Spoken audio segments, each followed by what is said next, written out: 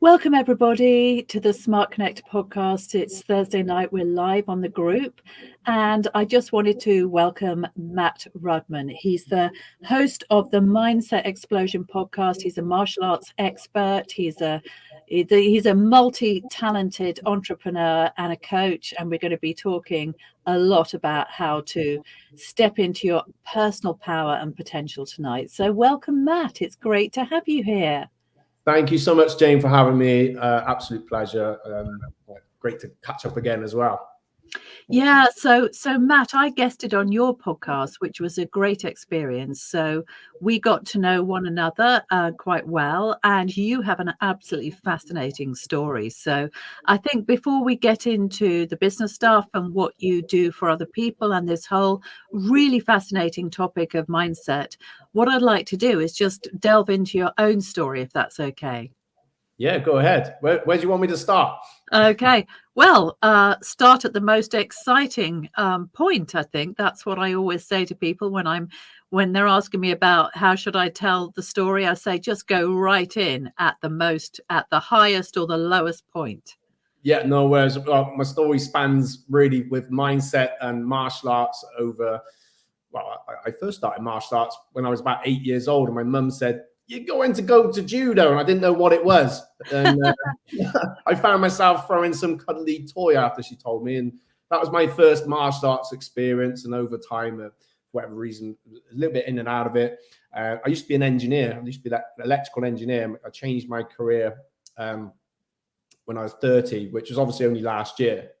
No, it wasn't. I wish. No, so when 16 years ago, I changed career. I got into martial arts, absolutely loved it. And then my confidence and my mindset just skyrocketed from there. I got a great instructor. He's a great friend. He was my boss, my coach, my mentor and still is for many years until I bought, basically when I started off as an instructor, I was under his wing and under his systems. But we got a school through that way. But our biggest or our unique selling point really was personal development. So he encouraged me to listen to things like Tony Robbins and really, hone in on that. And that's what we put out to our members. So we grew quite quick. So from when I first opened up, or when I first came to Cheltenham and opened up a school for him, we grew to about 200 members it was about 6 to 8 months, I think it was, from zero. So that was quite impressive. It's not easy to do. It's not the easiest business to run. And it's just kind of skyrocketed from there. And as time went on, I decided I talked about buying the business from him. And unfortunately, at the time, my own mindset was then taking a bit of a hammering and went through depression and anxiety and felt a bit of a fraud at the time. And I've had to just find my way back. And here we are a few years later down the line. So yeah, that's my story in short, I guess, but diving deep. Yeah. So you talked about your battles with anxiety and depression and the fact that you'd obviously gone into martial arts because you felt as though it was very empowering and it actually helped you with your peak physical as well as mental performance. So was it not enough to save you from the demons of anxiety and depression? What actually happened to you over that time, Matt? Yeah, sure. And initially, when I started out as an instructor, and I did feel really empowered, and I was suddenly surrounded. I don't want to knock where I was working as an engineer. It gave me knowledge and it gave me systems, and it wasn't for me. And I found that was really just getting me down. I wanted to go on to something else. It was a big step. My family thought I was absolutely bonkers going from the great career, the career path that we're all conditioned to believe is the way forward. And then suddenly, right, I'm going to go and teach martial arts now. So suddenly I was surrounded by a great team and we all uplifted each other. And I was literally buzzing on a high. And I think since going through depression, I feel that a little bit, it's something that's always there for me. I've been around there. Something's maybe not quite felt right. And it came out of nowhere. Or I say it came out of nowhere. It didn't really. It was just something that was building up over time, and it just going for a bit of a hard period. And then, yeah, it just hit me. I talked about it, it's funny enough, on another podcast the other week, and I talk about it, quite openly, that there was a point, really, I didn't want to die. I was having thoughts, though, where I just didn't want to live, and it was really just really bringing me down. And I felt there was I got to a point where I couldn't see pretty much any way out of anything. And as someone who was then teaching personal development, I started to feel like an absolute fraud. So it kind of, I started reversing it. And unfortunately, my marriage didn't work out. I got 3 wonderful boys. So, all the things of guilt, and, I enjoy my time with them. So I went through all this, basically, Jane. And as I got back, I think my training really did help me through it. So if I don't even want to think about, if I wasn't doing martial arts, or I wasn't, keeping that information going in, what would happen. So it kind of helped me find that way out of it, and started taking those steps forward. Worked more on my training, and looked out for different mentors. And as I bought the business, that kind of changed things a little bit. It just wasn't, the company wasn't going for a great time that I was in. So to be able to step out, it put me a lot more in control of my own destiny, if that makes sense. So slowly I had to make some tough decisions, and really work on, right, I'm going to step forward now. And as you know, I've been on a few different mastermind programs, and just things like that have really helped me. And so keeping myself surrounded by like-minded people, we're on the same mastermind, and things like that are so important to me, because it's almost like I'm starting school again, and I'm looking up to the big kids, and I feel so inspired by seeing other people do well. So it helps me grow. And then one of my sayings is, the rising tide raises all ships. So we all help each other out, don't we? And I think yeah. So over time, I started talking more about mindset maybe about 3 years ago.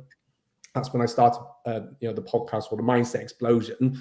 And it was just my way of getting out what I talk about in class as an instructor, to the members. And, I found my way back, basically. And I've just come to learn that I did burn myself out, and I've learned to find that balance again, in that, right, today, do you know what? It might be a good day, it might be a bad day. It's okay to rest, and just take that little, each day as it comes, rather than stressing about the past and the future. Yeah. Well, that's great to hear, Matt. And I think it's very important to talk about topics like anxiety and depression, because actually entrepreneurs in particular, and this is an entrepreneurial podcast, and our group is for entrepreneurs, they have much higher rates of anxiety and depression for obvious reasons, because we tend to be a risk-taking tribe. Yep. And what that means is that sometimes we experience the downs, the lows, but like actually practically, not just in terms of our mood. And when we're in that situation, then people around us are not always very supportive, are they? Did you find that when you struggled with your mental health issues? Do you know what? As you're saying it, I'm thinking you're absolutely 100 million % right. It's tough, because I had family, but I think as an entrepreneur, even like I said at the beginning, to make a decision to go from maybe what I was conditioned to believe at school, I'm not saying it was wrong, from that career into something else, to buying a business. Even this year, when I told, I was a little bit more careful about who I said about buying a new business, because I know people won't quite be able to get their head around it. But in a group of entrepreneurs, yeah, you can talk about it. And I felt it's almost like this element of loneliness sometimes being a business owner. And you're the guy everyone's looking up to, and then I'm a coach as well at the same time for people come and do martial arts, and everyone's looking up to you. So I think that little bit, I felt that pressure, and I felt that loneliness. But what I've found now is that, yeah, if I get myself in the right groups of people and around people that have done it, and also people in my, the same level that I'm at, and like I said, we all start helping each other, and you start to see different ways out. and your brain starts to think differently as well. It was a great thing that I was told a few years ago, and I always thought I had this open mind. And someone said, are you sure you got an open mind? He's like, yeah, I got an open mind. He said, but what's 1 + 1? I was like, oh, damn it. I know this is a trick question. So yeah, was 2, but is it always? And this little thing just changed something so simple, just changed the way I think. He said, but if you get a car and a car, you got 1 car and another car, you got 2 cars. Like, yeah, yes, it was 2. You've got 1 cup and another cup. Yeah, it is 2. But what happens when you got 1 puddle and another puddle and you put them together? You got 1 puddle. So it changed, something like that. I thought, oh, okay. And I sometimes say that over my head, like, have that open mind. So and when there's a problem, it's like saying it's not always set that 1 + 1 = 2. There's a solution. There's another way out.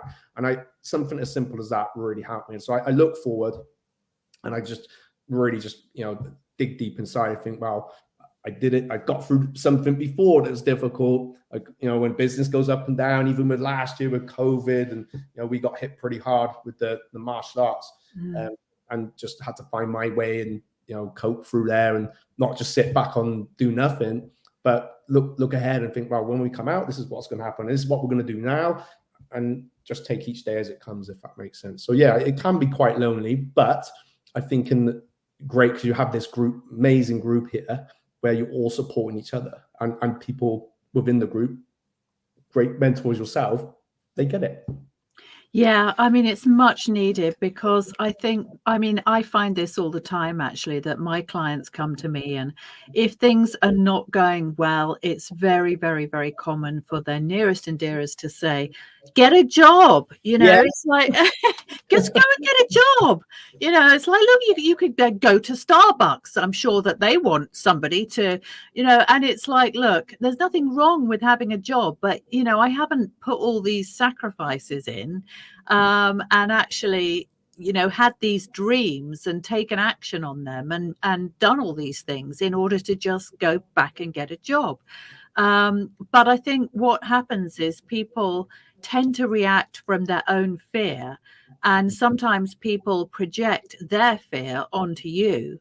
So if you have like a close family member, they might care about you, but they might also be thinking, well, what does this mean for me? Because if you are not having a great time, or if the results are not where you'd like them to be, then they might also feel anxious and afraid themselves.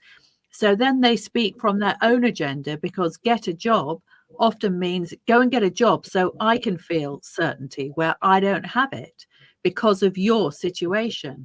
And that is, isn't it, really the power of entrepreneurial communities, groups, podcasts, really being surrounded by people who understand. And I think everything that you're saying is absolutely spot on and really powerful. Yeah, well, 100%. And the great thing about podcasts, because even if you're like a beginning of a business journey or an entrepreneurial journey, it's something you're thinking about, then you may, a mastermind may be not quite, you may not be financially able to do that just yet.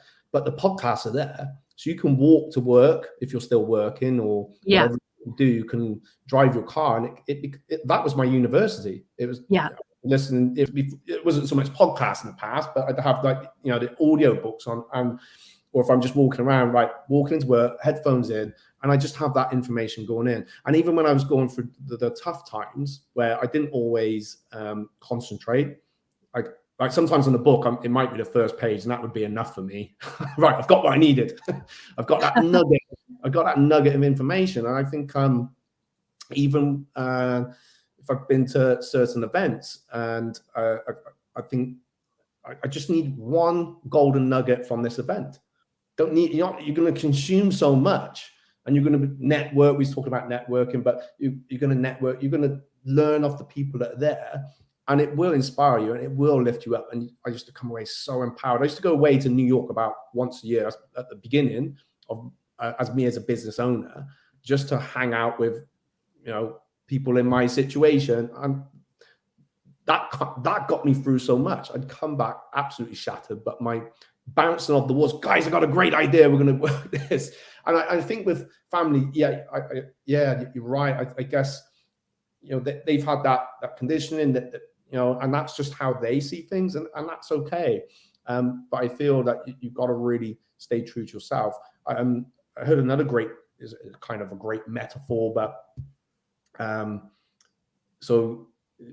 it's from one of my other mentors. He's a kung fu guy, and he told a story of where he was walking through Chinatown with his mentor or his sifu, and they look down and there's a bucket of crabs.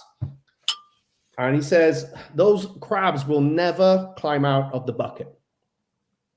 And he said to his mentor, well, why won't they climb out? Because they're self-policing. And look, one tries to get out, the other one pulls it back down. Tries to crawl up, they all put it back down. Wow. So they never escape. So at some point in our life, sorry to be crude, but we've all had crabs. But it's not, and there's a time when I'm very particular now about who's in my inner circle, and you know, the advice I listen to, and what bits of information I give to people, and because sometimes that critical stuff, I don't want it getting in my head. So at the beginning of the year, I'd done some other mastermind course, and I set a goal that I was going to buy 6 businesses by the end of next year. Now, it's probably not going to be 6. We've got the first acquisition earlier this year. One's a bit like this, and then the other one hopefully will be done by the end of the year. But I was very mindful about who I was talking to about that, because not everyone is going to get it, and that's okay. It's fine. I understand that. Maybe my friend that's doing XYZ for his career, they won't understand that. So I had to be very mindful about what I'm talking about, because I don't want that negative to come in. I can control it, but I you know what, that little seed, I did not want that seed of doubt growing, especially it was the lockdown at the beginning of the year. I was beginning to struggle mentally as it was, but again, it was something to focus on and pull through with it. So whereas I can talk to you about it, because you know, even if it's not something you would do, Jane, you kind of get the idea about it. Is well, what this stream of income, because you know that's what we're all trying to do, because we want a better life or better choices or everything else. Absolutely. Now we've got Sharon. Thank you, Sharon, for inviting lots of people to the chat tonight. So that's great. And Sharon made a comment about fear being an interesting driver that comes from the need for certainty.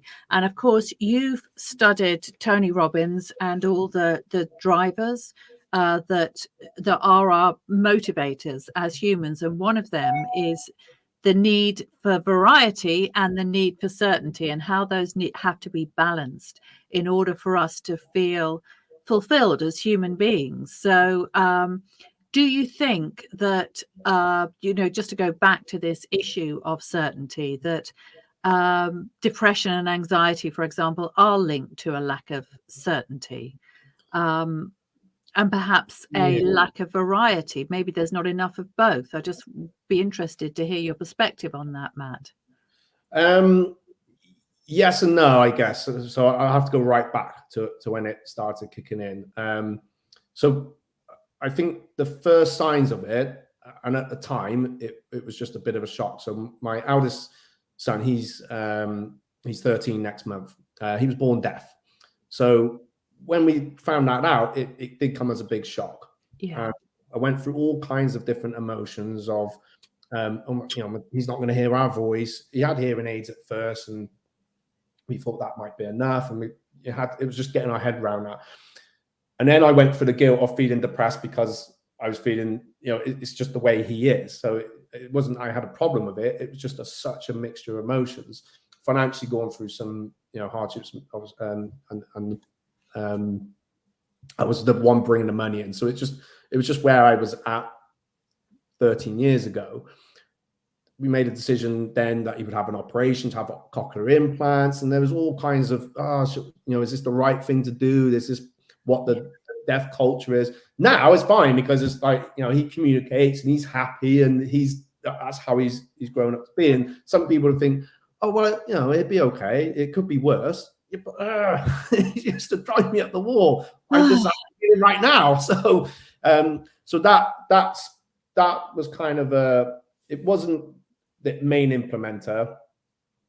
As time went on, obviously there's certain things I don't really want to put on here, but I became unhappy, and it kind of went from there. But so I guess there was feelings of uncertainty, especially when I wasn't owning, say, the business. There was certain things outside of my control, and I felt this uncertainty within work, and then an uncertainty with the marriage. So yes, balance did go out, but I do believe with balance, sometimes things go one way, then they go the other way until they start to settle, and it could take a day, it could take a week, it could take a few years.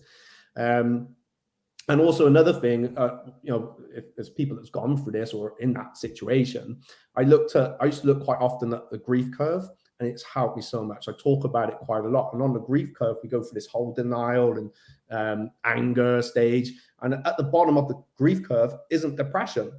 Depression is when you're coming back out. Uh-huh. When you're feeling depressed, I used to look at it and think, and some days it would be like this and go loop de loop.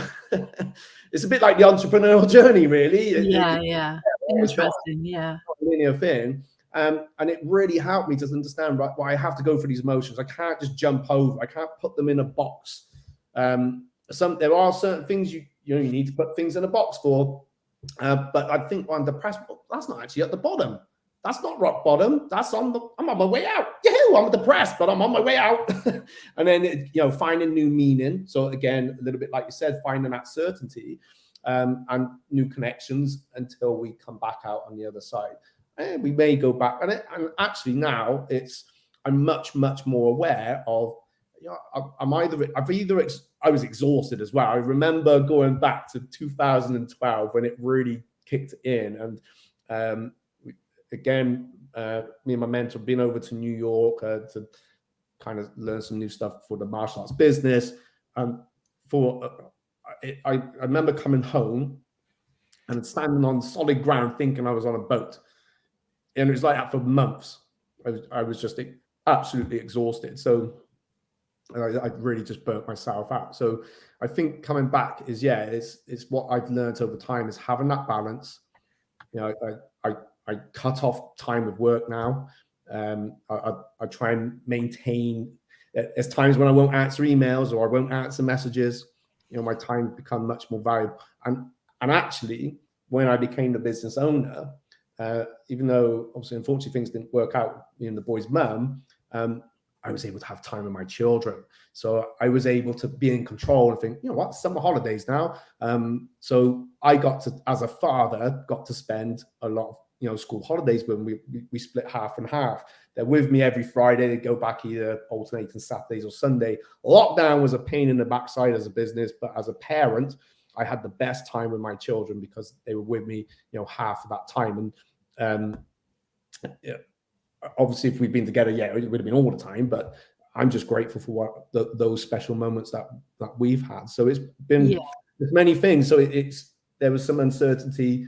I got certainty by, I'm going to control where I'm going to go with my business. And so I've stepped back from teaching. Basically, I don't teach. I haven't taught for over a year actually, and that was only to step in because we were coming out of the lockdown last year. So it's that time is precious. Yes. Yeah. Yes. So now you're obviously a martial arts, business owner. So you have a business in that, and you're acquiring other businesses. And you've also recently acquired an aesthetics business, haven't you? So what was behind that decision as well, Matt? So beginning of the year, sent out about 800 letters to gyms and a couple of martial arts places. Yoga studios, fitness studios, and waited for the phone calls. I didn't anticipate how many phone calls I was going to get. So I spent probably January and February either on the phone or doing a Zoom call, finding out where they were at with their business. So actually what happened, how I got into beauty was just sheer chance. So we acquired is a beauty salon and gym all in one unit. They were trading as sole traders. in Brecon. It's called S&B Beauty and Fitness. And we've kind of knocked the gym on the head. We're going to focus more on the beauty side of things. And then, so if anyone wants to buy any gym equipment, no. So yeah, we're focusing on turning that from a salon to a beauty spa. They've just had some extra training. We're not doing, so we've kind of just invested in them having some training on a thing called Casey. So it's non-intrusive anti-aging. So we're not doing the aesthetics or the injection stuff, but it's massage and the nail. So I'm learning a little bit about beauty, but I'm putting my knowledge of running a service-based business and doing really good from it into that. And it's just so happened that one of the next acquisitions is going to be, hopefully, fingers crossed, is another beauty spa, which I'm excited about. Yeah, I can't say too much because it's not fair, but yeah, we're really excited about that one. Yeah, and I think it's a great business, and I think it's an expanding business, and I think I talk quite a lot about it, that it's very much the new normal, and I think particularly over lockdown, a lot of women didn't really have much to spend their money on, and so this whole thing of actually, do you know what? Yeah, I know the beauty salons, they kept on being shut down and opened again. But, it just, the whole thing of like, okay, this makes me look good and feel good. And it's just a very special experience. I personally love going to beauty salons. I just love it. And it's the statistics bear out as well, that it is a massively expanding industry sector. So that's great. So let's get into martial arts in more detail, Matt. So what is your passion for martial arts? What is it really that martial arts does for people that makes you so passionate about it? So as I said, I started quite young. I started with judo and I think I did that for about 3 years. We moved away and then got back into it more as an adult. And I actually went back to I've been traveling, done some been around the world, backpacking thing that people do.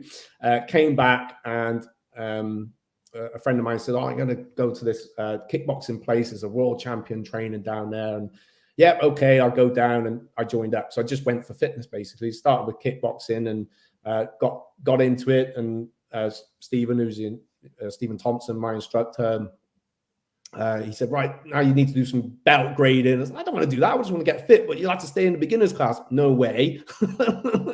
So went through the belt grades, whatever. And then we started doing more traditional karate. I don't want to do karate. I just want to stay fit with my kickboxing, but you won't go for the next belt. So then we did some traditional karate within the classes. So it was kickboxing and it was karate combined. And that was my instructor's background, basically. And I absolutely loved it. And some great coaches that, really, obviously we're going back a good 20 or more years, really built my confidence up. And I started to feel, I actually feel quite good at this, because I was rubbish at every other sport, basically. But I can kick a pad, I can do great kicks with my martial arts, but kick a football, who knows where that's going. So I absolutely loved it, and I feel quite privileged training under Stephen, because he did introduce a lot of other different styles from time to time, and was very again, I talked about open-mindedness, but very open-minded to, hey, we're going to try this today. We're going to do a little bit of jiu-jitsu or jiu-jitsu, some Israeli self-defense and knife defense. So I absolutely loved it, and I guess I didn't realize how much my confidence was growing. So yes, traveling was great and met loads of great people, and my confidence from that, it really, shot through the roof, but I was still quite enclosed. I can't imagine for the life of me, if you've gone back all that time, said you're going to be fine talking to a class of 30 people, going public speaking, you have no problem with it. You must be crazy. I was best man at my friend's wedding. I think I was drunk before we got to the flipping speech because I was so nervous about it. So I think I did an assistant. He was doing some course, and Hey, you become an assistant instructor. Nah, no interest in that. Why would I want to stand in front of a class and be nervous? And Stephen said something like, this will improve your martial arts. Right, that's it. I'm all in. So jumped in, did this course, and I think it was like 9 weeks. I think I just got married when that came out. So 2003. I used to keep running out at the end of this assistant instructor's class. And we did a lot of personal development in there. And basically, to pass it, you had to go in and assist in the class. So he's trying to book me in to just stand at the front of class with the instructor. So I kept running out. He grabbed me as like literally 1 week to go, caught me, and he said, if you're not going to go and assist, you're going to fail the course. Now, I failed enough things in life to think there's no way I'm going to fail.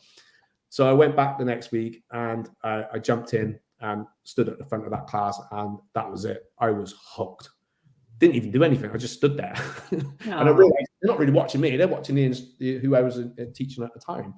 And then I think probably less than a year later, I knew Stephen was opening up a new martial arts center, full-time center. And I remember driving home and I thought, that's it. This is what I'm going to do. Went back and said to my wife at the time, I'm going to be a martial arts instructor. She was quite supportive. And actually she did come and work with me, in those early days.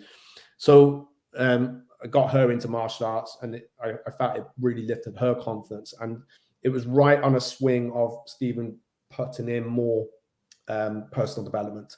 So I became passionate about seeing children and adults really grow from within, from the inside out. And Stephen used to encourage to read things like The 7 Habits of Highly Effective People. It was constant. So like Mondays and that training to become an instructor was tough. So I eventually got to work for him.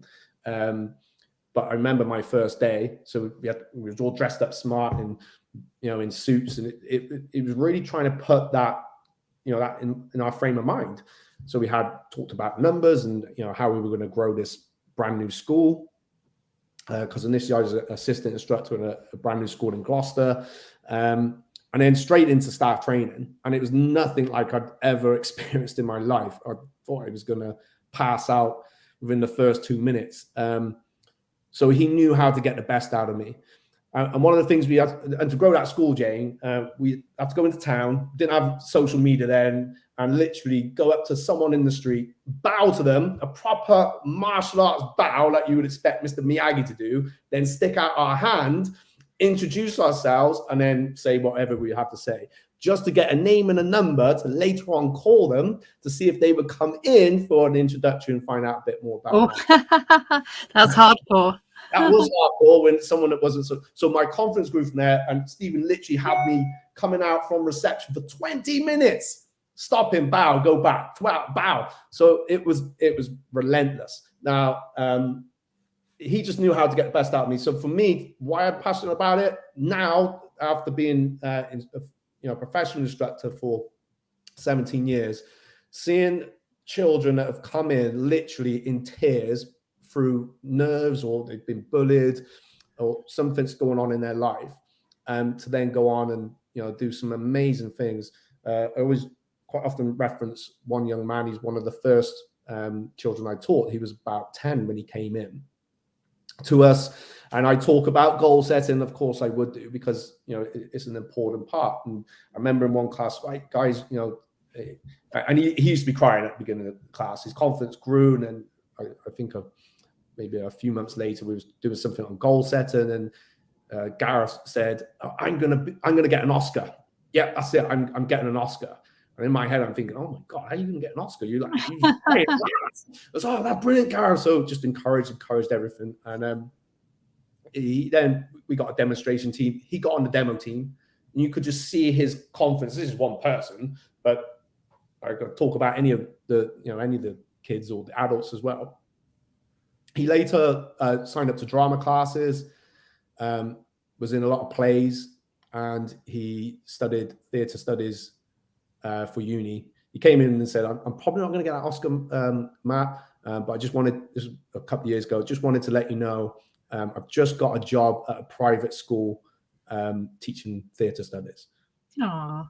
So he said, so it from that goal setting thing, and you know, I could talk about any kids, and we've had all sorts of things. So for me, it's empowering even adults that have, you know, they may be a bit lost along the way. They've come and done some martial arts, and one lady, I think in maybe late 40s, decided she was going to go back to uni, and she does counselling now. So I think for me, yeah. So what you're saying really is that martial arts kind of puts you more in touch with your own desires, perhaps your own sense of self.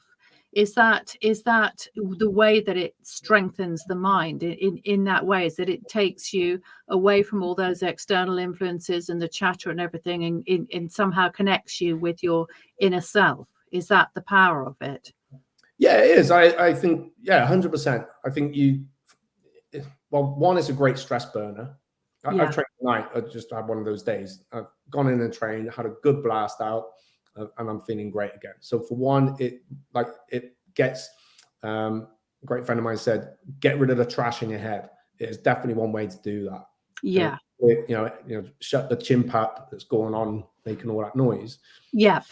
It definitely is that. And as you start progressing, your mind just changes. And, you know, for us, we're very social. We're very inclusive as well. I got a young man with Down syndrome. He's taken his, you know, a second black belt at the weekend.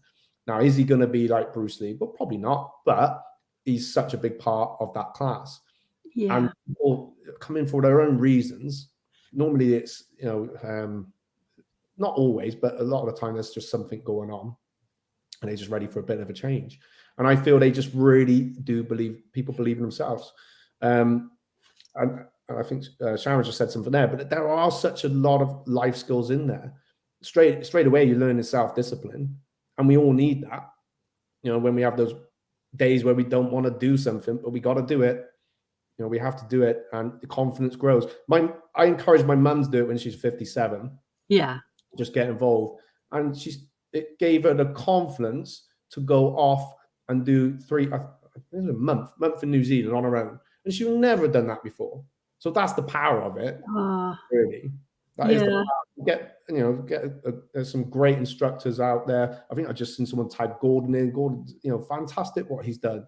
So there are some great places out there, and you get out of it what you put into it. We're such a community. We have a lot of social events at where I'm based in Cheltenham Martial Arts, and we bring people together. And had people have made some great friendships through that. And again, they're in a good social circle. We all grow together. I think anyone can do it. I've had a lady in a wheelchair doing it, literally. That's amazing. That really is. Now, we're going to talk about human potential and what you were talking about with those young people and that young man who said he was going to win an Oscar, and he ended up being a teaching drama. So he was living his passion and purpose, maybe not, you know, quite at the highest level that he initially envisaged. But this thing about actually stepping into our power and potential, that's really something that you're passionate about, isn't it, Matt? So when we were chatting beforehand, we said, well, we're going to look at this, and we're going to look at why it is that children are really simple about, I'm going to be a footballer, I'm going to win an Oscar, I'm going to be a famous footballer, and they have all of these goals and dreams and ambitions, and they're just not held back in any way. For them, it's just like, well, I see people doing that, and that's what I want. I'm going to go and do that. And then something happens throughout our lives to make us turn away from those dreams and actually not believe in our potential anymore and listen to those negative voices that we all carry around with us.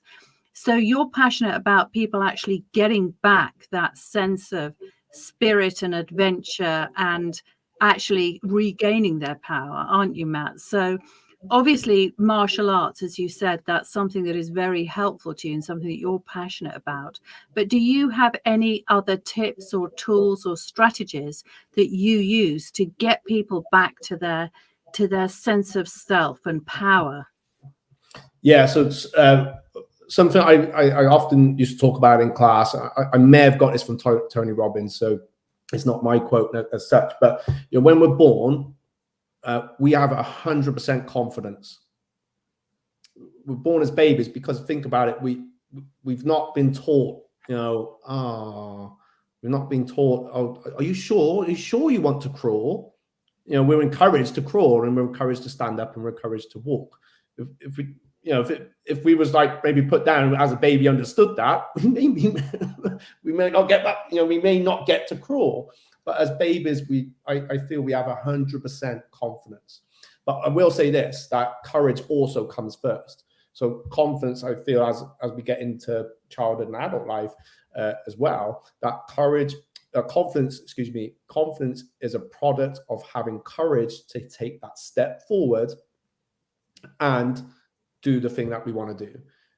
You can't be confident in martial arts if you've never done it, but you can have the courage to go and try it out. You can't be a confident dancer if you've never tried dancing. You can't be a confident business owner until you take that step forward. So it's just having that courage, stepping out that fear bubble and go and take the first step, basically. And there's so many things around, and surround ourselves with people that maybe done that walk, and listen to them. They've got a plan.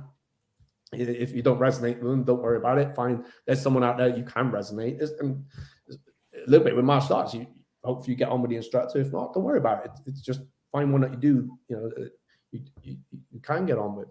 So yeah, I'd say Jane. Yeah, top tip is really that confidence is there, or it gets chipped away. And I think being mindful of what we surround us. I used to think I was never influenced by people.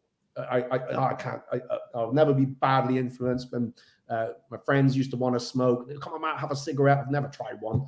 No, I don't want that. Why would I want that? So that was just me. When I used to go out, into town in my younger years with them, they'd want to go somewhere, and I'd hang out for a little bit. So I don't want to go to that club because I don't like it. So I'm going to go meet some other friends. Maybe that's a bit, we could say whatever it is. So I felt I was quite single-minded like that.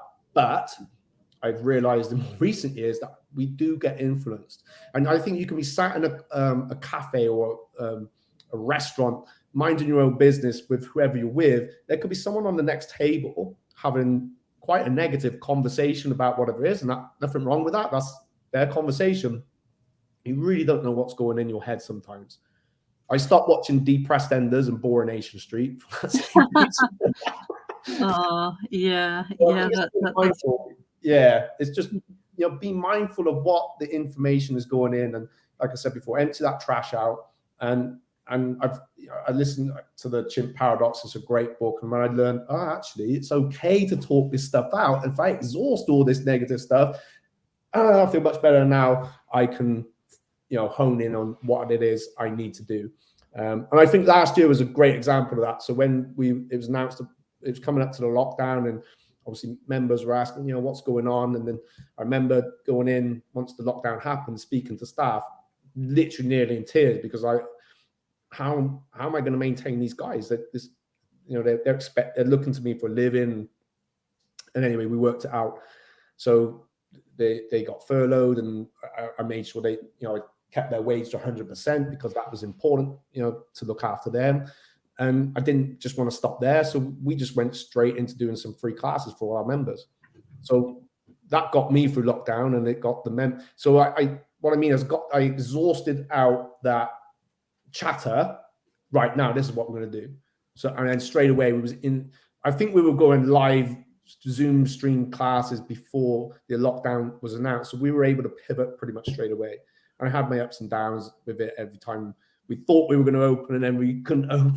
Oh, yeah. It's been very, very challenging for, really any bricks and mortar business. It's just, has not been an easy time, not at all.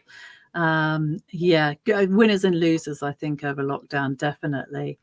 So Matt, listen, it's been such a pleasure to have you join us tonight. Thank you so much. It's been a really interesting and far-reaching discussion on mental health and martial arts, and buying businesses and the beauty industry and everything. Tony Robbins.